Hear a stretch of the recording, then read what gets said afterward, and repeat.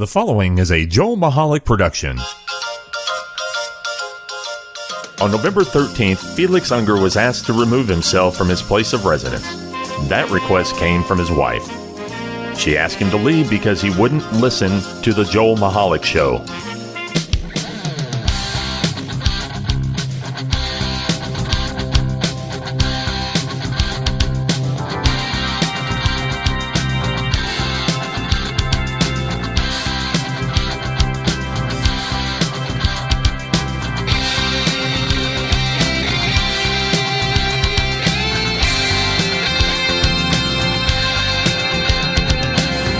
Hello and welcome to the Joel Michalec Show featuring the lovely Sharen.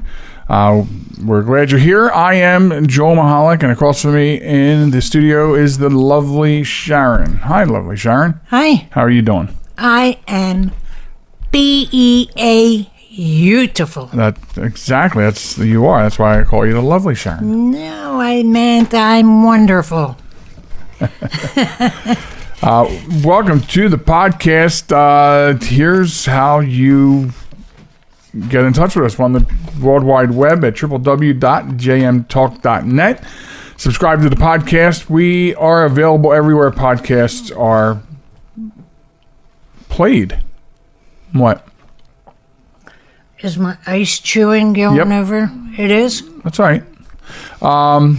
Yes, anywhere you listen to podcasts, you can find us, subscribe, never miss an episode. Social media, we are at TikTok and Facebook at JM Talk, Instagram and Twitter, JM Talk, at JM Talk Radio.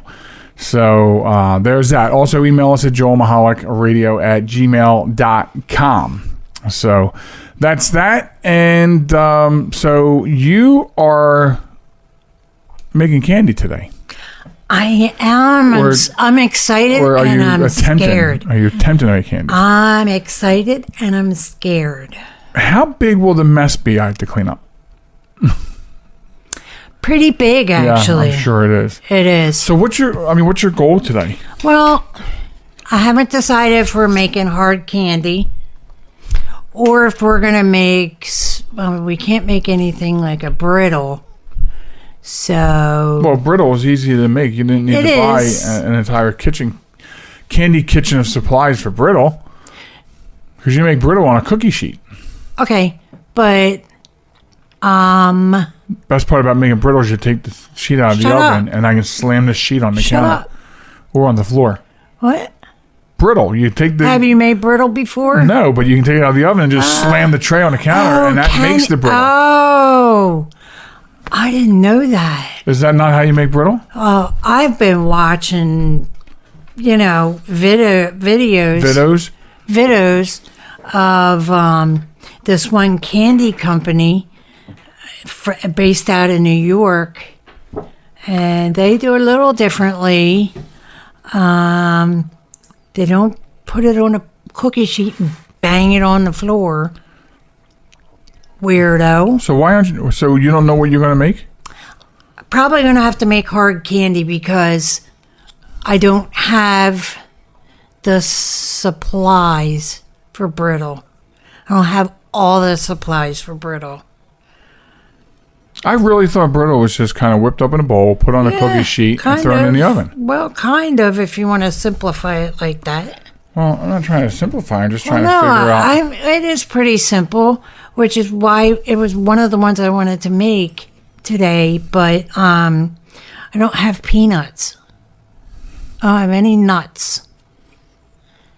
So. All brittle has nuts? I'm learning. Yes. Okay. I didn't know that. Peanut brittle, almond brittle, cashew brittle. There could be a raisin brittle. Brittle. There could be raisin brittle, tuna brittle. Ew, you're so gross. Not that I would eat tuna brittle. Yes, you would. No, I wouldn't. Force you. No. If you made me make it, I would force you to eat it. No tuna brittle here. Are you sure? I'm dying of heat exhaustion or something. Yeah? Yeah. Are you running fever? I don't think so. Do you have the vid? No, I don't have the vid. Are you I tested positive. I can't get the vid. I'm fully safe. Don't you listen to your government? Oh, I'm fully safe. I have the vaccine. I still wear a mask. and I put a blanket over my head when I go into stores. So I'm safe. Oh, okay. So what I don't understand is I got the vaccinations, I waited, I got the second one, but it didn't work. No, and now they're doing boosters, actually. A friend of mine... Can I finish? No. It didn't work because I forget the joke. Oh, my God. Go ahead. I didn't mean to... No, that's all right. I didn't mean oh, to yeah, I remember now. It didn't work because I got chlamydia. It's a joke. I didn't get chlamydia. I didn't never heard of that joke. It's on TikTok.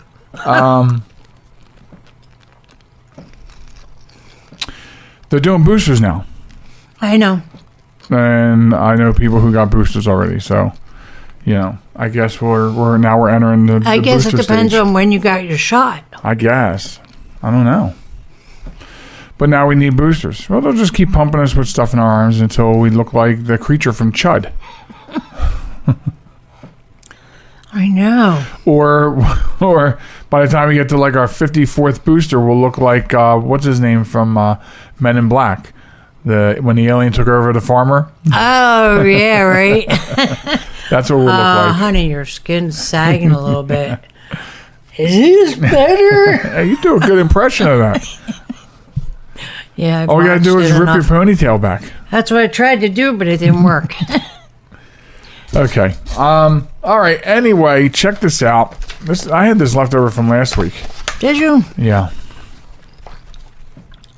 I found this interesting. An Indian scientist finds a way to detect colon cancer early and save lives by doing it. Oh, yeah? Yeah. So, found this in the India Times, and I would be willing to bet you that if this guy disappears off the face of the earth, it's because he found a way to save people money. I know, right? So apparently it's a collaborative study involving 4 Indian institutes. And they figured out a way to detect colon cancer as early as stage 1 to ensure an effective recovery.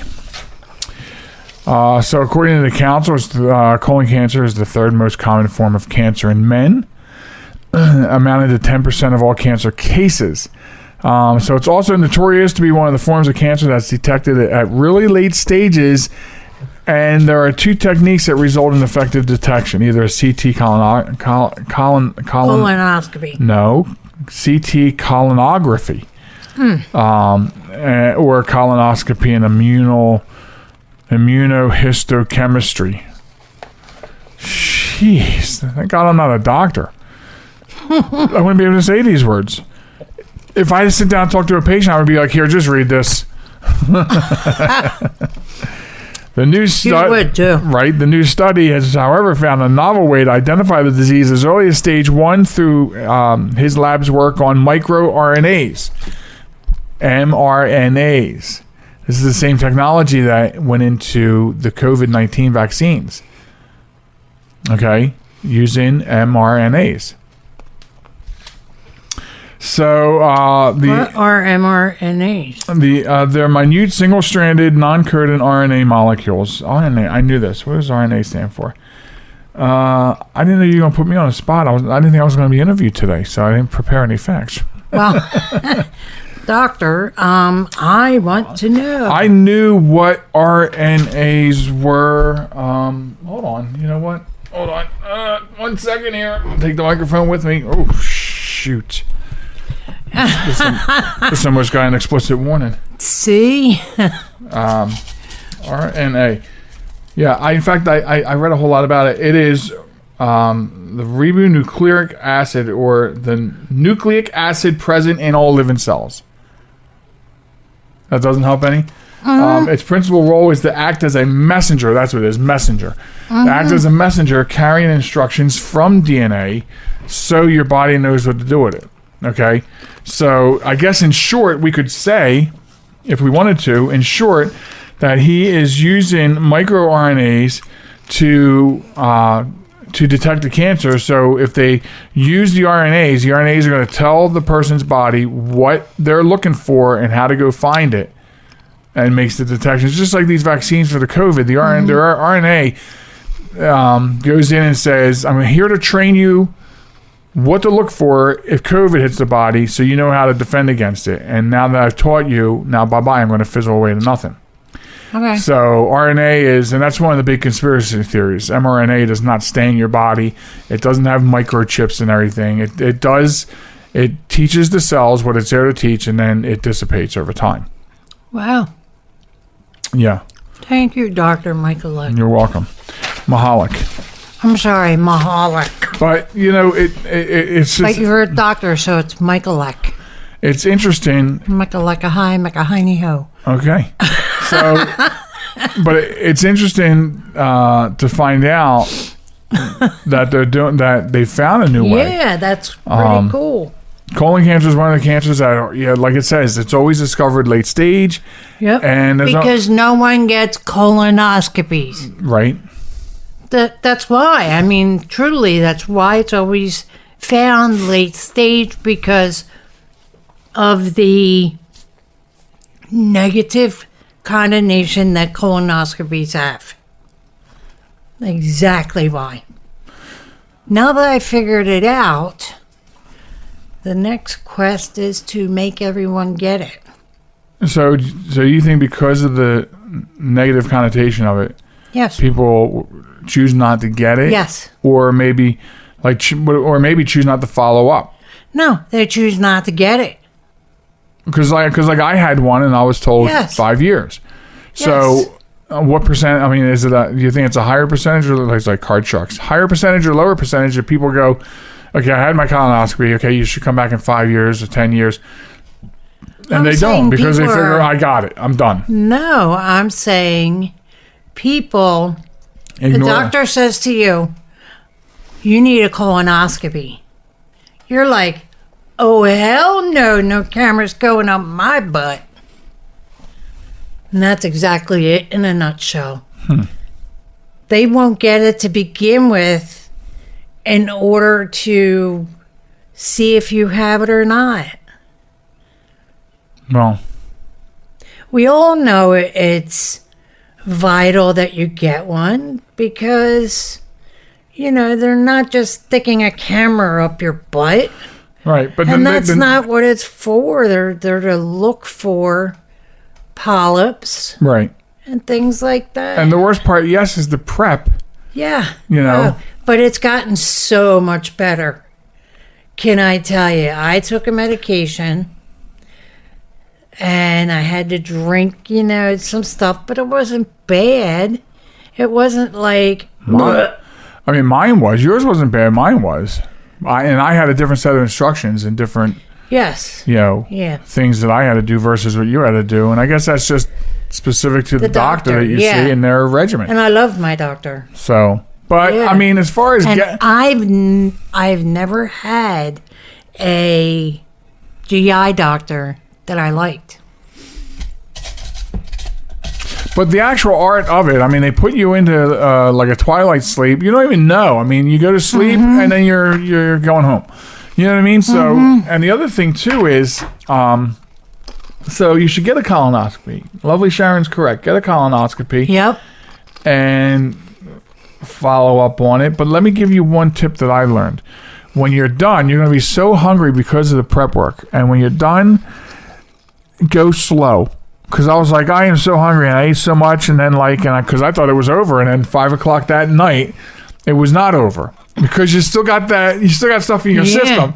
And it just takes longer to do the damage it was doing the night before. But it still does that damage. That's my tip for the day. If you get your colonoscopy. The other thing is, if you're so afraid of getting a colonoscopy, ask for a Cologuard. Now, that's a thing that they do at home. Right. You just poop into a bucket and then Bob's your uncle. And that led you to a full-blown colonoscopy. Yeah. So. Right. But because I had a false positive. Which makes you wonder what no. All I'm saying is go for the real thing. Yeah, but I was like, no, if I don't have to get one, if it was negative, everything was fine. But it was positive because I had polyps. That's why you get a false positive. If you have polyps and they're benign. So you got a false polyp. So, yeah. But yeah, no, for real, I did the Cologuard first, which is what you should do. People out there, if you don't want to get a colonoscopy, at least get a Cologuard, because, you know, either way, you're going to, you know what I mean? Yeah. So here's something I read, too, not too long ago. You know, 50 was the marker. I mean, when I turned 50, they told me to get one. I got one. Yeah. I just read that 45 is the new marker. I mean, you know, they're going to keep dropping it down. You know? Yeah. Pretty soon it's going to be like, you know, if you graduated kindergarten, you should get a colonoscopy. Early detection is the point. You were just born colonoscopy. Yeah, right? I mean, before we cut the cord, you know, let's just rip one up there. Let's get a camera up there and see what's going on. Right. But yeah, so now... And uterine. No, I'm just kidding. Now it's 45. Yeah. Is now the new marker. Well, again, you know, they're looking for early detection. Right. That's the now, key. is it 45 in men or just 45 for men and women? Oh, I didn't know. I didn't know that there was a difference. Mm-hmm. Well, now I do. Yeah, I saw that. I wasn't going to say anything, but I saw it. I went down my boobs. Ice, that is. For the children listening at home. Yes, I'm chewing on ice and it went down my boob. Okay, so now we got time. So check this out. Sydney, Australia. Look at this picture. Oh my God. Yes, a snake slithered out of the spice shelves of a local Sydney supermarket. The Woolworth supermarket. I don't know if there's any relation, but the Woolworth is the old, you don't remember the Woolworths? I remember Woolworths. I just don't know if this is related to that Woolworths is what I'm saying. How do you know? I know it all. Okay. So, yeah. Oh, my God. So this snake just comes slithering out of the spice. I mean, I guess that could be a garter snake, right? Do they say what it is? Oh, no. 3 meters and 9 feet. Non-venomous. 9 feet. 3 meters is 9 feet. That is what? It. Yeah. That's insane. A diamond python. Yeah, that's not very... It is not venomous. Not venomous, but it can squeeze you to death. A 9-foot python, nonetheless. 9 foot. So, after filming the snake coming out, then they decided to get some help. Anyway, so... that's a film. Hit the play. I can't hit the play. Why not? And that's not a film. Yes, it is. I'm still not playing. I don't know why it's not the right... We don't have the right hookups. No, I'm just playing. I get it. But, wow. So anyway, the shop... Like a scene from Harry Potter. Yeah, apparently the shopper who saw it is also a trained snake handler. Now, I mean, how convenient is that? Well, it's so that the snake was slithering along, right, and saw this chick and knew it was a trained snake handler. She was like, I'm going to go check out this snake handler and have her pick me up. I don't think that's what happened. I think the snake was looking for a good deal on bay leaves. It's so stupid. Oh, Lord. Anyway, so she said that she suspects the snake had been in there overnight, probably initially in the ceiling, where diamond pythons like to nestle. You know, so besides diamond pythons nestling in your ceilings in Australia is also where they have a season for spiders because there's so many spiders. So and that is, I'm not fond of spiders, but I'm not deathly afraid of them.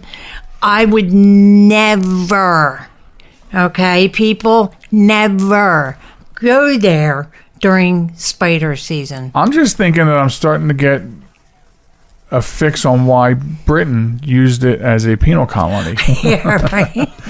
if you didn't die of starvation and the way you were treated, then the spiders and snakes would get you. But anyway. Yeah. So, all right, we're coming up on the next segment of the show. We will have a Wombat of the Week and some other interesting tales to tell on the other side of this. So hang out right where you're at.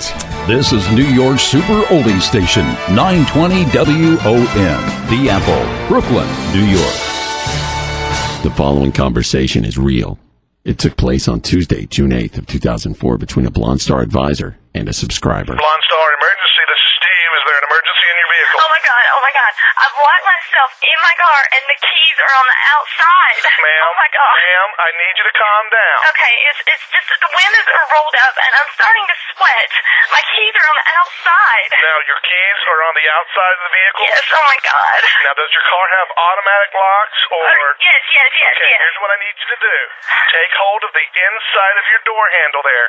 Are you doing this? The shiny thing. Grab the shiny thing. Okay, I've got it. Okay, now give that a tug. Okay. Did it open?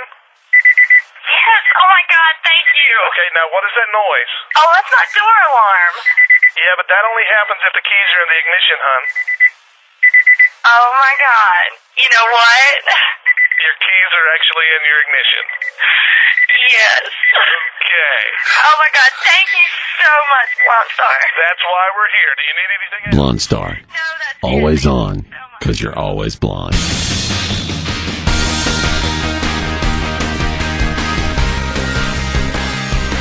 Welcome back to the program, ladies and gentlemen. By the way, this is podcast number 146, if you're keeping track, of the Joel Michalec Show, featuring the lovely Ice and Sharen. So, Yes. welcome back.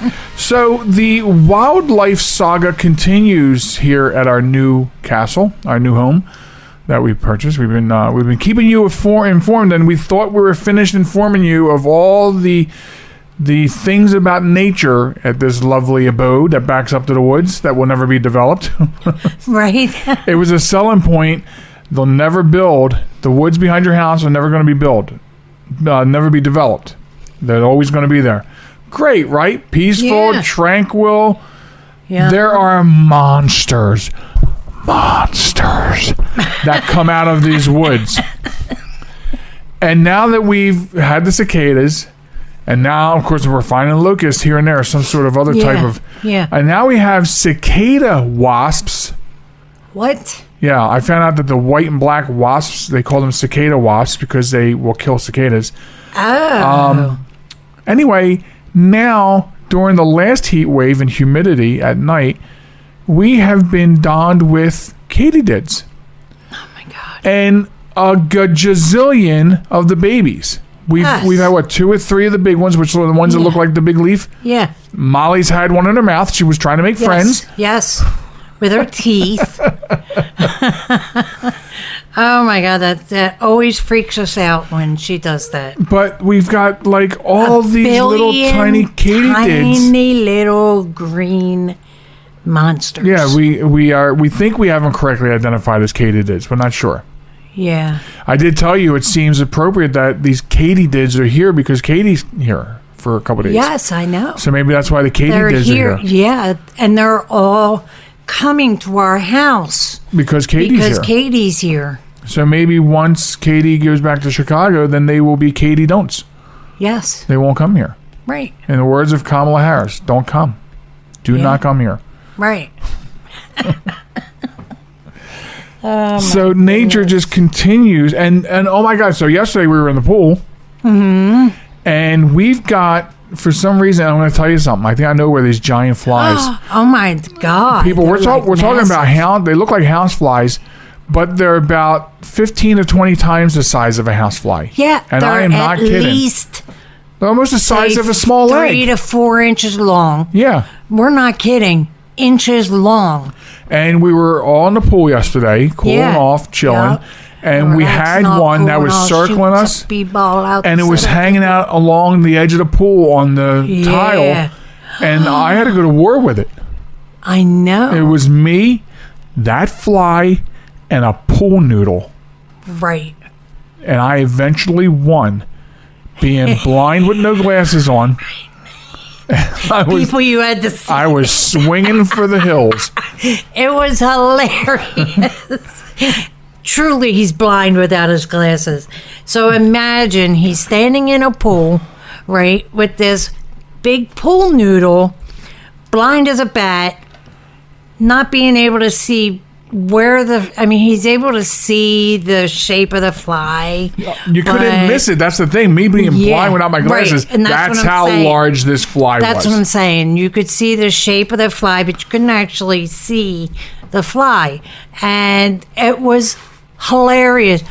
You could just see this guy whacking this pavement with this noodle, hitting noodle. everywhere but the fly. Well, we were splashing it with water because sometimes if you splash a flying bug that's on the edge of the pool, you'll drown it. Right. You know, that big rush of a little bit of water. No, he just took a drink. Right. And we knocked him off the one time, and we're like creeping over there to see if we got him. And he comes out from another area. And oh my God. When we tried. That's why I went under the water. I didn't know where else to go. I know. When we tried to splash him, he pulled out his margarita glass, said, "Here, how about another?" Yeah, dipped it in salt and was ready for some chlorine water. Yeah, he was ready. So, yeah. That was insane. There was another one later, but I got this one. I killed him. He ended up. Yeah, you did eventually kill him. Like all that smacking of the noodle. You did get him. He died in the pool. He fell into the pool, and then of course, Stephen got the skimmer and got him out, and boom, over the fence he went to hopefully get eaten by some other form of nature because there's plenty of it out there. Right. I saw. It was so nasty.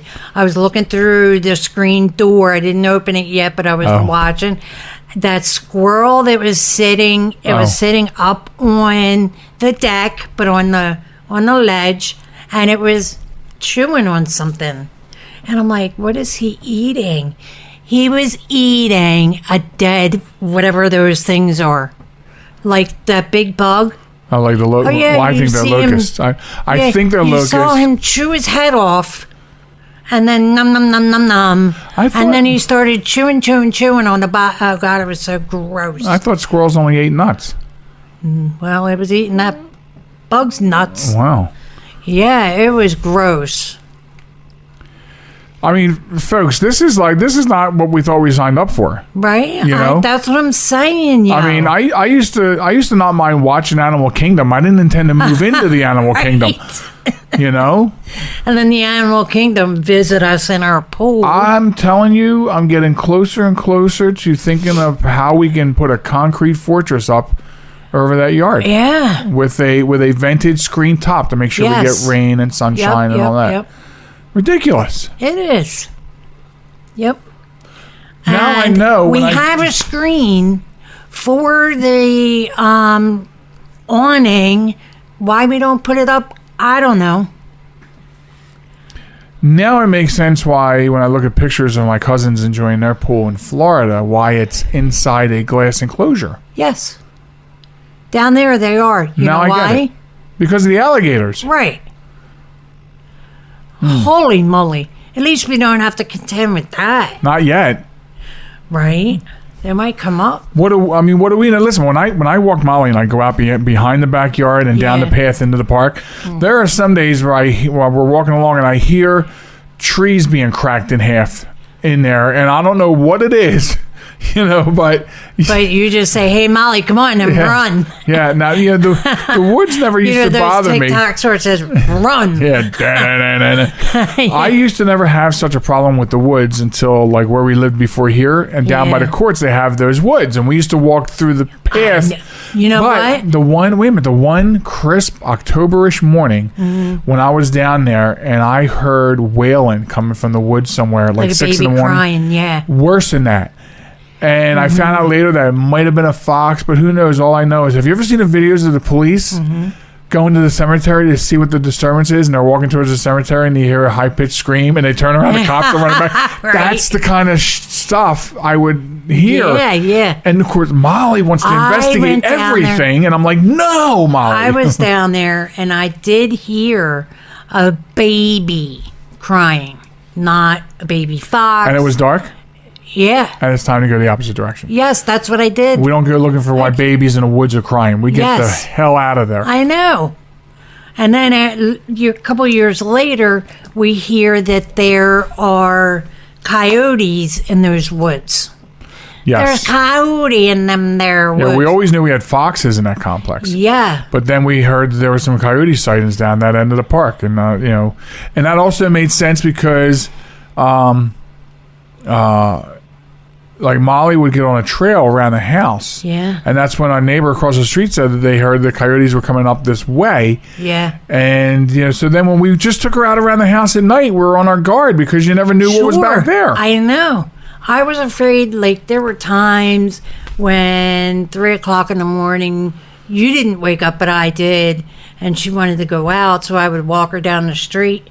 And can I tell you, I was so scared. A couple times I saw a fox walking, like, further down the street, walking across the street. I was praying Molly didn't see it because she would have tore after it. Well, I'll tell you this, and this is a true story. I remember. These are all true stories. I remember telling you this before, but some years ago, walking Molly was one of those. It was like she had gotten up. It wasn't quite. It was like 4 o'clock, 4:30. You're like.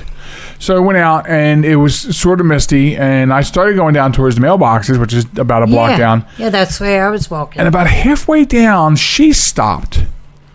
Like, we're in the middle of the street. Yeah. She stopped, and she was, like, looking, and she turned around and started walking back home. Now, I don't know what she sensed, but typically I'm like, no, come on, let's go. Yeah. No. One thing I have learned is when your dog says, I'm out, and I don't mean thunder and stuff. That's Molly. It's just thunder. Let's go. Right, yeah. But when they stop in the dead of night, mist, and they turn around, I'm turning around. Yeah. No way, especially Jose. They're like walking along, all happy as can be, and then all of a sudden they stop dead, and they're like on guard. Yeah. And then they take off the other way. I'm right there behind you there, Missy. As a matter of fact, I'm running in front of you, dragging you behind me. There's there's a theory that says when the rats are running real fast one way, you follow the rats. Yeah. You don't run the other way. Yeah, right. Wow. Because as much as I like him, I don't want to meet Godzilla. Godzilla. So the katydids are the latest. Yes, and this kind of stuff is stopping us from using the pool at night. It is. It really is. I mean, we have a heated spa, and we can't use it because of these beasts. Hopefully we have better luck in September at this point. You know what I mean? Yeah. It's crazy. So, anyway, and we put. Now, of course, we haven't tried it. We have torches out by the pool now. The electric solar torches. Right. But I don't know if you hear anything happening out there. Of course, no, I don't. And maybe because there's nothing going on out there because of the light up at the porch. Right. Exactly. But what I think we should do, I think we should get those big torches where you get the citronella fuel. Yeah. And burn real torches. We have plenty of citronella fuel at our campsite. Yes, so we do. We're not using it there. So we'll bring it back. Like we brought the fire pit back, and because we're never using it and haven't used that. I know. We actually have tabletop torches down there we can bring back and sit around the pool. Yes. Flames around the pool. What? That's craziness. That's so sexy. Okay, so that's the story of our lives. We get off on tangents. That was a story about katydids. They're here, folks. Right. Okay, so Wombat of the Week, I suppose. If you want to get your Wombat of the Week in, all you got to do is send us a verifiable news story of stupid people doing stupid things and send it to us at joelmichalecradio@gmail.com. You can also send it to us on Facebook at JM Talk as a PM. But for this week, woman sues McDonald's after burger ad compelled her to break Lent fast. Okay. I don't understand how any court would take that. Right. And you broke Lent fast because you're weak. Right. And you have no restraint. But yet McDonald's is responsible for that. Right. So Ksenia Ovchinnikova claims she was lured into indulging in a juicy McDonald's burger, and now she's not loving it. So the Russian woman is allegedly suing the fast food chain after claiming that seeing a mouth-watering cheeseburger commercial made her break her fast during Lent. She said she saw the advertising banner and could not help herself. And this according to a court statement regarding the Mac religious ad. Oh, my God. So the unhappy meal reportedly occurred back in April 2019. And while she was observing Lent, which is a strict period in devout Christians where before the Easter holiday, they're not supposed to eat meat. Okay. When I was a kid, we had to do that. So every Friday during Lent was pierogies and minestrone soup. Minestrone soup has meat in it. No, it doesn't. Not Progresso. It was Progresso. Just 4 cans or so into the pot and steamed up. It's got beef stuff in it. No, it doesn't. Okay, what is the juice made of? Vegetable stock. Yeah, bullshit. Sorry. So anyway, sorry about that. They're supposed to forego meat and meat byproducts, poultry, eggs, and dairy. Well, I never heard the last 3. She claimed that she adhered to the belt-tightening custom for a month when she saw the enticing Golden Arches banner advertising a cheeseburger and chicken nuggets. Despite successfully fasting for the last 16 years, the hangry woman couldn't resist and visited McDonald's and brought a cheeseburger. She alleged in her statement. However, the cheap meal apparently didn't sit well. She's now suing McDonald's for $14 as compensation. What? For $14. Yes, for breaching consumer protection law and insulting her religious feelings. It is true, folks, that this Wombat has just proved us that you can sue for anything. Right, including $14. I would go for the max. I would go for $20 at least. Well, this reminds me of a case 2 years ago against Hardee's. Hardee's makes hash browns or hash rounds. I'm not sure, but anyway, they're larger discs of potatoes, Okay.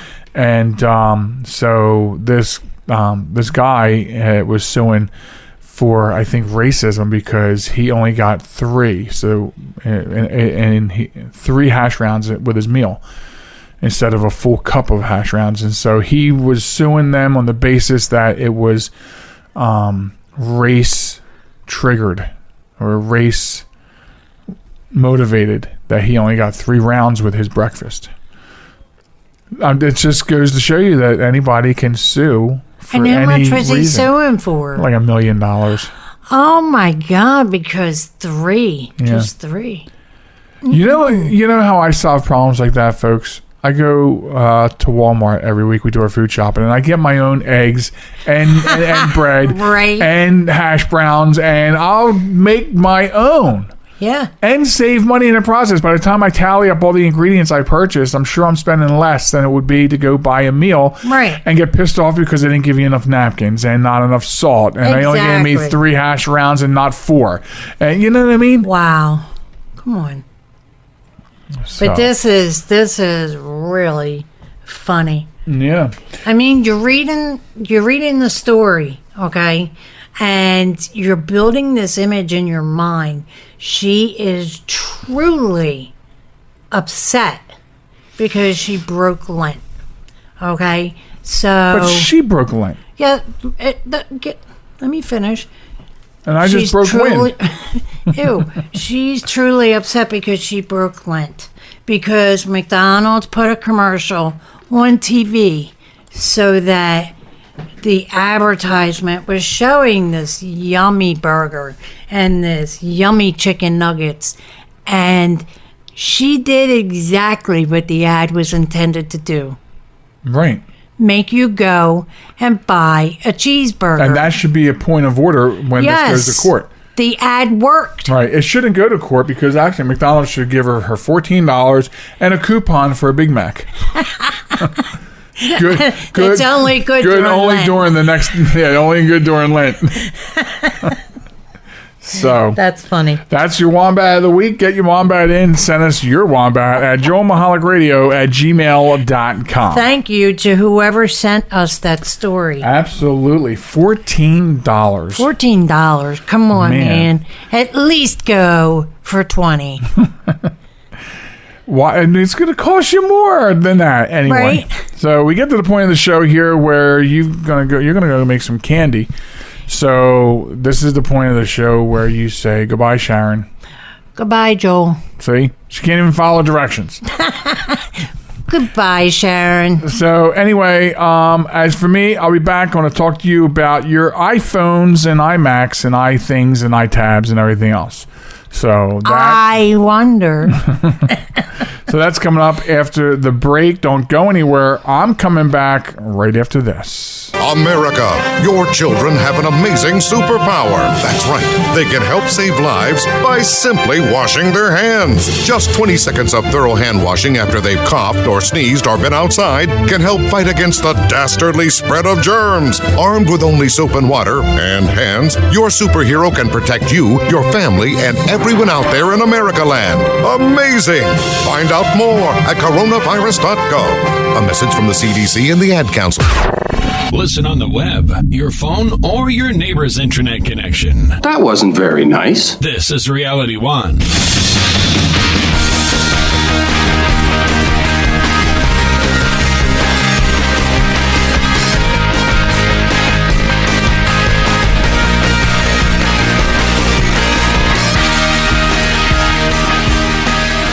Welcome back to the program, ladies and gentlemen. It is the Joel Michalec Show featuring the lovely Sharen, and thanks for joining back on this, the third and final segment of this week's podcast. So the lovely Sharen has taken off, and I can already hear her stretching candy upstairs in the kitchen. But anyway, I digress. So, you know, I like to use this opportunity during this part of the podcast to talk about interesting things. I mean, I know we try to have fun when the lovely Sharen is here, and sometimes that continues, and sometimes I get down to business and want to talk one-on-one with you, sharing information that I get from other avenues, so to speak. And most of the time it is of a technological nature, as it is this week. I want to talk tech with you a little bit. So anyway, I want to talk about this thing that I read in Forbes, and I'm bringing to your attention, and it's for my iPhone users. Holler, where are you? That crowd may lessen as days and months go on. So in a new editorial published by the Washington Post, a pair of researchers from Princeton University who spent 2 years developing a CSAM detection system, that stands for Child Sexual Abuse Material. Their system, similar to the one Apple plans to install on users' iPhones, iPads, and Macs next month. They've delivered an unequivocal warning. They're saying that Apple's version is dangerous. They state in the paper, we wrote the only peer-reviewed publication on how to build a system like Apple's, and we concluded that the technology was dangerous. This according to the duo. Our system, they say, could be easily repurposed for surveillance and censorship. The design wasn't restricted to a specific category of content. A service could simply swap in any content managing database, and the person using that service would be none the wiser. This has been the predominant fear regarding Apple's CSAM initiative. The goal of the technology to reduce child abuse is indisputably important, and it is, but the potential damage that could come from hackers and governments manipulating such a system designed to search your iCloud photos and report abusive content is clear to all that have any understanding of what is going on here. China is Apple's second largest market with probably hundreds of millions of devices. And what stops the Chinese government from demanding Apple scan those devices for pro-democracy materials? Well, critics have plenty of ammunition here. Earlier this year, Apple was accused of compromising on censorship and surveillance in China after agreeing to move the personal data of its Chinese customers to the servers of a state-owned Chinese firm. Apple also states that it provided customer data to the U.S. government almost 4,000 times just last year. So, and the story is available on Forbes.com, so you can read it for yourself if you'd like. However, the bottom line here is it's a potentially dangerous system that, as I can report, is going to be installed come iOS 15. So that'll be in your iPhones, your MacBooks, all your Mac computers, iPhones, iPads. The Apple Watch OS will also have it. And, even though Apple stands on their ground that their devices, they're for everyday use. They're for multiple uses of the person who has it. And it's such an important device in everyday life. And these phones have become so. Absolutely. Yes, they have. They've become very important in everyday life. And that is true. But, and I say that, I'm always saying this. You always have to be careful of the big brother factor, right? Because we don't know. I mean, I've done videos and I've done shows and I've written articles about making sure you're not giving your phone too much leeway to your internal devices. You know what I mean? If you remember back, I would say, hey, what do your apps need? What does this app or that app really need your microphone for? Isn't that kind of strange? Why does it need access to your camera if it's not any kind of a photo or video program? And these are things that I have been screaming at the mountaintop, saying, hey, you got to be careful with this. I'm also the first person that will always tell you, has always told you, and will continue to tell you, we as a race, the human race, we allow technology to go too far too fast. And so, for one of the points that the Forbes article makes is that this CSAM technology, although yes, very important that we stop child abuse, absolutely, we stop child sexual abuse, yes, but because of the researchers from Princeton who put out the article, the editorial, and talking about the dangers and what malicious people can do with it, okay. Forbes is predicting that this is going to cause a mass exodus away from Apple products. Apple's in the same basket as Facebook. Like, they keep getting pulled to the carpet about privacy issues. I'm speaking to you as a user of iProducts. The lovely Sharen and I are engulfed in iProducts. So, just something else we'll have to continue to watch or, see if we, jump ship with other people. But, at some point, we already know that we don't really have the privacy. You can say that we have privacy, and I would call you a fool because you're carrying around in your pocket this device, or you have this device on your wrist that is tracking you. It is watching you. It is taking it's listening to information you're talking about, and it's selling that information to other companies who use it to target you for ads, and God knows what else they use it to target you for. And so you should be very careful anytime it comes to technology and what it can do. This article will definitely be posted on the Facebook show page, so you can have access to read it. And there's a lot more to it than what I've explained. Like, there's a lot more to the article, not so much a lot more to what I told you. I've basically given you the exact bullet point you need to know. There is a lot of there's always been concern. It doesn't take long to do a tiny bit of research and see that there's always been some sort of concern, just like Facebook, with Apple and what they're doing with your data. And so, again, there's nothing wrong with having this type of detection system.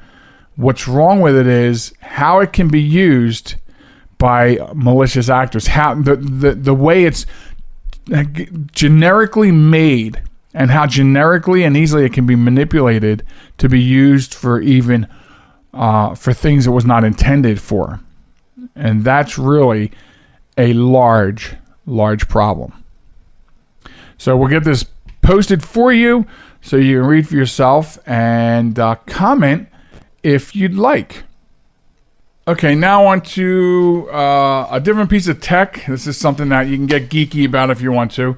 Mathematicians apparently have solved traffic jams, and they are begging big cities to listen to what they're saying. Okay, so let's take a look at this story. Most traffic jams are unnecessary. Yes, they are. If you ever get stuck in traffic, I'm sure you feel the same way. And this deeply irks mathematicians who specialize in traffic flow. Now, before I continue, I did not know there were mathematicians who specialized in traffic. They reserve particular virtual for local transport engineers. And if engineers manage to achieve local improvements, after a while, the flows rearrange and the same traffic jams appear in other places. So no matter what they try to do to correct the system, they see it repeated, and they really want the cities to listen to their system. So, St. Petersburg University Alexander Krylatov, a mathematics professor, says that he'd like to solve urban traffic jams forever, so much so that he has co-authored a book of the new math approach to traffic and ways to implement them. And here's 4 takeaways from that book. Number one, all drivers need to be on the same navigation system. He says cars can only be efficiently rerouted if instructions come from one center hub. One navigation system rerouting some drivers does not solve traffic jams. That makes sense to me. I mean, like right now in our lives, I would say we have a navigational system on our Honda van, which is a 2010 van. So it is, the navigation system is 11 years old now, missing some streets, I'm sure. We have a Magellan, I think a portable Magellan that we don't usually typically use anymore. It's in a glove box. And then we have on our phones, we have our built-in maps from Apple and Waze. So 4 different navigational systems, or at least more than one different hub. Let's say some systems use the same hub. That would be great. So I do get it. I do get this, number one. Number 2, parking bans. Many urban roads are too narrow and cannot be physically widened.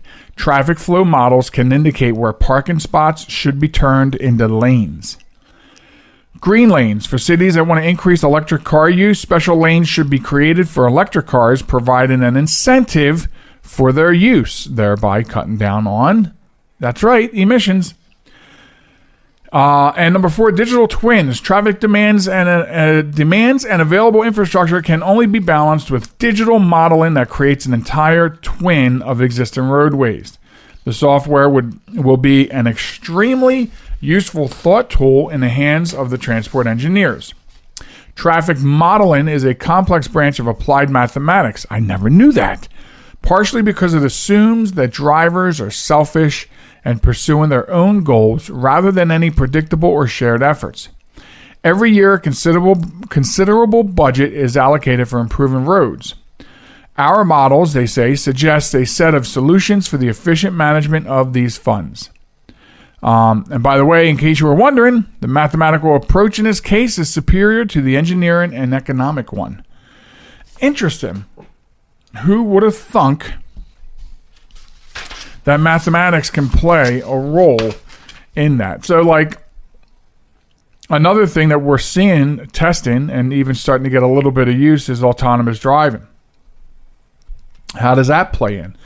Autonomous driving, can help with a lot of, and this isn't mathematics, this is common sense. Autonomous driving could, if the security of it can be guaranteed, autonomous driving could help a lot with some traffic nightmares because it can help reduce accidents and it can increase traffic flow because that is another hub. And if all this can become synergy, then they could use the same navigation system as in point number 1, that same main center, one single hub for the autonomous driving and the navigation.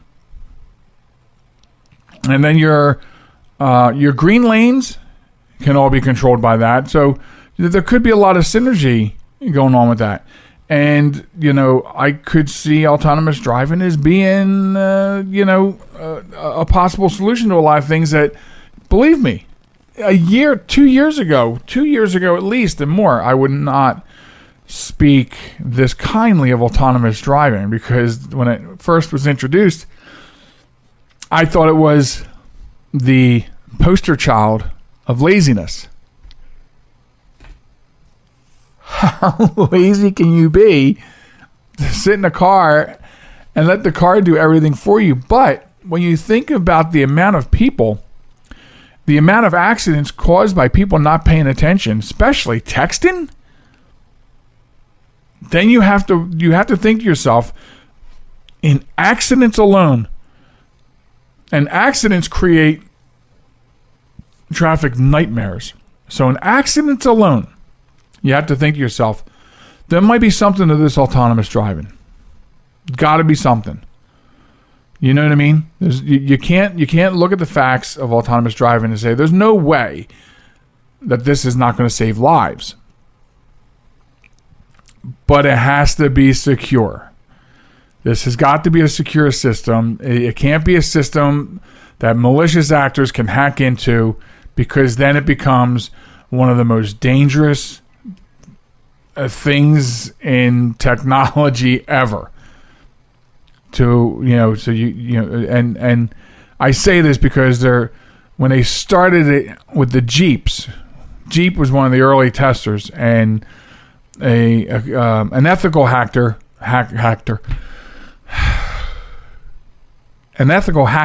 cracked into the Jeep, the test Jeep, through the stereo system, and took over, computerized systems in the car, brake, steering, things like that.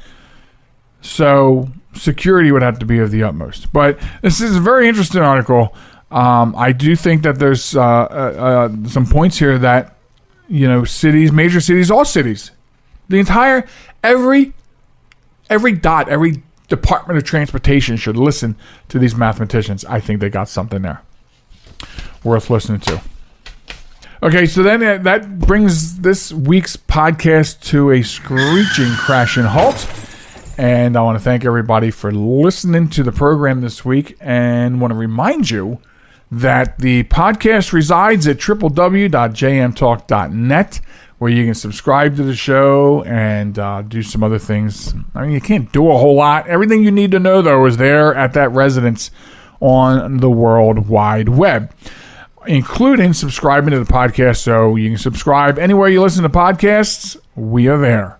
So you can subscribe and never miss an episode. We're on social media, TikTok and Facebook at JM Talk, Instagram and Twitter at JM Talk Radio. Also, drop us a line and get us your wombats and other information, whatever you want to talk to us about. Email it to us at joelmichalecradio@gmail.com. So with that in mind, we will catch you next time on the podcast. Be good to one another, and we will see you next week. Goodbye, everybody.